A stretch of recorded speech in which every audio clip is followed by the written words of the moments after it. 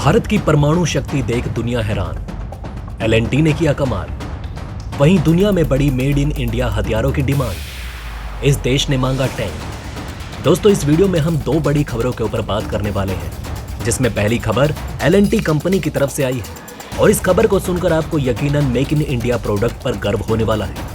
वहीं दोस्तों, दूसरी खबर आर्मेनिया से आ रही है, जहां भारत का नाम सुनकर अजरबैजान कांप रहा है और जिसने तुर्की और पाकिस्तान को टेंशन में डाल दिया है। दोनों ही खबर बेहद ज्यादा इंटरेस्टिंग है, इसलिए दोस्तों वीडियो को अंत तक जरूर देखिएगा।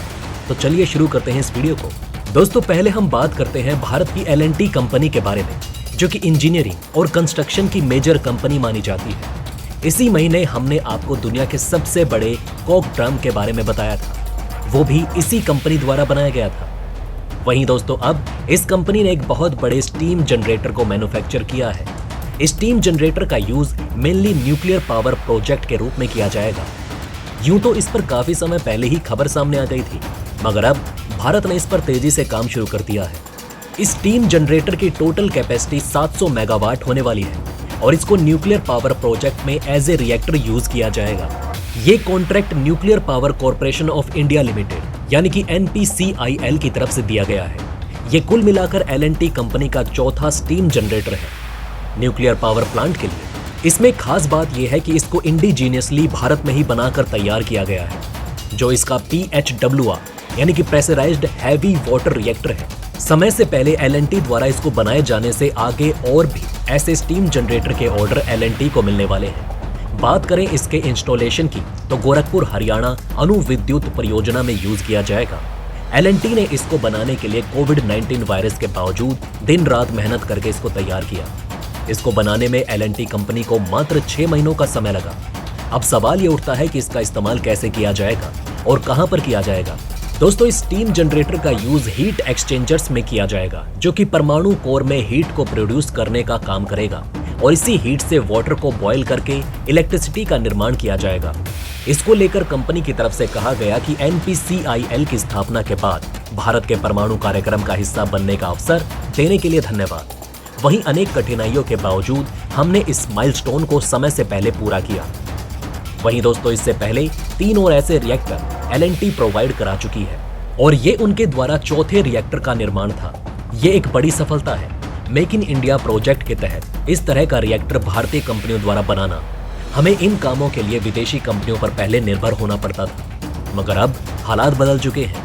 विदेशी कंपनियों की जगह धीरे धीरे हर क्षेत्र में भारतीय कंपनियां ले रही हैं, जिससे ओवरऑल भारत की ह्यूज डेवलपमेंट हो रही है। वेल दोस्तों, एलएनटी के लिए कमेंट बॉक्स में एक जय हिंद तो बनता है।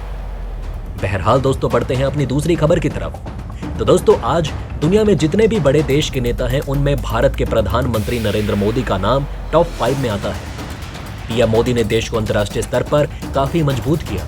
उन्होंने दुनिया के आगे भारत की एक अलग ही छवि खड़ी कर दी है। दुनिया में चाहे प्राकृतिक आपदा हो या फिर कोई जंग, हर कोई भारत से ही मदद की उम्मीद करता है। भारत हर एक क्षेत्र में लगातार तेजी से आगे बढ़ रहा है। ऐसे में दुनिया इंडिया के साथ मिलकर चलना चाहती है। डिफेंस के क्षेत्र में भारत ने काफी तरक्की की है। आज कई हथियार विदेशी नहीं बल्कि देसी हैं। फाइटर जेट से लेकर टैंक, टॉप, वॉरशिप से लेकर कई आधुनिक हथियार देश में निर्मित किए गए हैं। इन हथियारों की अब दुनिया में मांग तेजी से बढ़ने लगी। वियतनाम, फिलीपींस से लेकर आर्मेनिया तक भारत के हथियारों के दीवाने हैं। अब आर्मेनिया ने पिनाका के बाद टॉप पर अपनी दीवानगी दिखाई है। दरअसल दोस्तों, आर्मेनिया और अजरबैजान के बीच तनाव जारी है। ऐसे में आर्मेनिया भारत से हथियार खरीद रहा है। पिनाका मिसाइल सिस्टम के बाद अब आर्मेनिया ने भारत के साथ एक बड़ी आर्टिलरी डील की है। हथियार सिस्टम की बड़ी कंपनी पुणे स्थित भारत फोर्ज ने एक बड़ा ऐलान किया। भारत फोर्ज ने बताया कि कल्याणी स्ट्रेटेजिक सिस्टम्स को आर्मेनिया से 155 mm की तोप का कॉन्ट्रैक्ट मिला, जो कि 3 साल के लिए है। ये कॉन्ट्रैक्ट $155 मिलियन का है। ये खबर भारत सरकार की तरफ से लॉन्च किए गए आत्मनिर्भर भारत और मेक इन इंडिया के लिए एक बड़ी उपलब्धि है। कंपनी की तरफ से बॉम्बे स्टॉक एक्सचेंज को एक नोटिफिकेशन भेजकर इस बात की जानकारी दी गई, लेकिन ये नहीं बताया गया कि ये ऑर्डर किस देश की ओर से मिला। कंपनी ने बस इतना ही बताया कि ये वो जोन है जहां पर फिलहाल कोई संघर्ष नहीं चल रहा। कंपनी का कहना है कि ये ऑर्डर आत्मनिर्भर भारत के एजेंडे के लिए एक बड़े मौके की तरह है। अक्टूबर में भी भारत के डिफेंस इंडस्ट्री के लिए आर्मेनिया से एक गुड न्यूज आई थी। उस समय अजरबैजान के साथ जारी संघर्ष के बीच आर्मेनिया ने 2000 करोड़ रुपए के कॉन्ट्रैक्ट के साथ भारत में बने Pinaka multi barrel rocket system को खरीदने का ऐलान किया था। आर्मेनिया ने पिनाका को खरीदने के लिए अमेरिकी रॉकेट सिस्टम हीमर्स को भी रिजेक्ट कर दिया था। एक्सपर्ट्स की माने तो ये कॉन्ट्रैक्ट न केवल बढ़ते हुए भारतीय डिफेंस इंडस्ट्री के बारे में बताता है, बल्कि ये भी बताता है कि किस तरह से पिछले कुछ सालों में भारत की डिफेंस एक्सपोर्ट पॉलिसी में बड़ा बदलाव हुआ।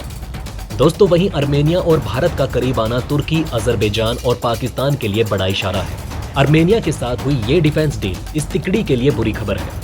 तुर्की, अजरबैजान और पाकिस्तान के बीच इन दिनों कूटनीतिक और सैन्य संबंध गहराते जा रहे हैं। आर्मेनिया और भारत को इस तिकड़ी के खिलाफ ईरान का भी साथ मिलने लगा। हाल ही में भारत के रक्षा मंत्री राजनाथ सिंह ने अपने आर्मेनियाई काउंटरपार्ट सुरेन पापकियान से मुलाकात की। गुजरात में आयोजित डिफेंस एक्सपो से अलग ये मुलाकात तब हुई थी जब कुछ ही दिनों पहले भारत ने आर्मेनिया को हथियार देने का फैसला किया। भारत और ईरान के बीच लंबे समय से द्विपक्षीय संबंध भी बरकरार है।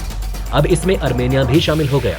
आर्मेनिया ने अब खुद को एक ऐसे देश के तौर पर साबित कर दिया है जो मिडिल एशिया में भारत का साथी बन सकता है। तुर्की, पाकिस्तान और अजरबैजान के बीच साझेदारी इस हिस्से में भारत के हितों को प्रभावित कर सकती है। दरअसल सितंबर 2020 में नारगानो कारोबाख युद्ध के समय तुर्की और पाकिस्तान ने अजरबैजान की मदद की थी। इस युद्ध में मिली हार ने आर्मेनिया के रणनीतिकारों को एक ऐसे साथी की तलाश के लिए मजबूर कर दिया जो सैन्य, आर्थिक और कूटनीति के लिहाज से भरोसेमंद हो। उन्होंने फैसला किया कि 3200 किलोमीटर दूर बसा देश भारत उनका मददगार साथी होगा। युद्ध के समय पाकिस्तान और तुर्की खुलकर अजरबैजान के समर्थन में आए। तुर्की ने तो अजरबैजान को ड्रोन, खासतौर पर युद्धक ड्रोन की सप्लाई की। एक्सपर्ट्स की माने तो इस वजह से ही ये युद्ध अजरबैजान के हक में चला गया। तुर्की ने ये सभी कदम इसलिए उठाए क्योंकि वो मिडिल एशिया में अपने कदम मजबूत करना चाहता था। जो आंकड़े मौजूद हैं, तुर्की अब उन सभी टॉप 3 देशों में शामिल है जो उसे सबसे ज्यादा हथियार सप्लाई करते हैं। दोनों देशों के बीच रक्षा सहयोग तेजी से बढ़ रहा है। इसी तरह से अब तुर्की अजरबैजान के साथ भी करीबी बढ़ाता जा रहा है। तुर्की और अजरबैजान के बीच रक्षा सहयोग $75 मिलियन तक पहुंच चुका है। तुर्की और अजरबैजान को मात देने के लिए भारत ने साल 2020 में कदम उठाने शुरू किए। इस साल भारत और आर्मेनिया के बीच स्वाति वेपन लोकेशन रडार के लिए डील हुई, जो कि $40 मिलियन की थी। इसके 2 साल बाद ही भारत और आर्मेनिया ने $245 मिलियन की एक डील साइन की। इस डील के तहत भारत ने मिसाइल और दूसरे उपकरण आर्मेनिया को देने का फैसला किया। साफ है कि दोनों देशों के बीच मजबूत रिश्ते तुर्की और पाकिस्तान के लिए बुरी खबर हो सकते हैं। तो दोस्तों, आपको क्या लगता है? क्या भारत को लगातार आर्मेनिया के साथ हथियारों की डील करते रहना चाहिए? आप हमें अपनी राय कमेंट करके जरूर बताएं। दोस्तों, इस वीडियो में बस इतना ही। वैसे आपका इन खबरों के बारे में क्या कहना है, हमें कमेंट में जरूर बताएं। वहीं अगर आप चाहते हैं कि ऐसी इन्फॉर्मेशन ज्यादा से ज्यादा लोगों तक पहुंचे तो इस वीडियो को शेयर जरूर करें। और अगर हमारी ये वीडियो आपको पसंद आई हो तो लाइक करना ना भूलिएगा। साथ ही अगर अभी तक आपने हमारे चैनल को सब्सक्राइब नहीं किया है तो प्लीज हमारे चैनल को सब्सक्राइब जरूर करें। खुश रहें, अपना ध्यान रखें। फिर मिलेंगे एक नई इन्फॉर्मेशन के साथ। तब तक के लिए जय हिंद, जय भारत।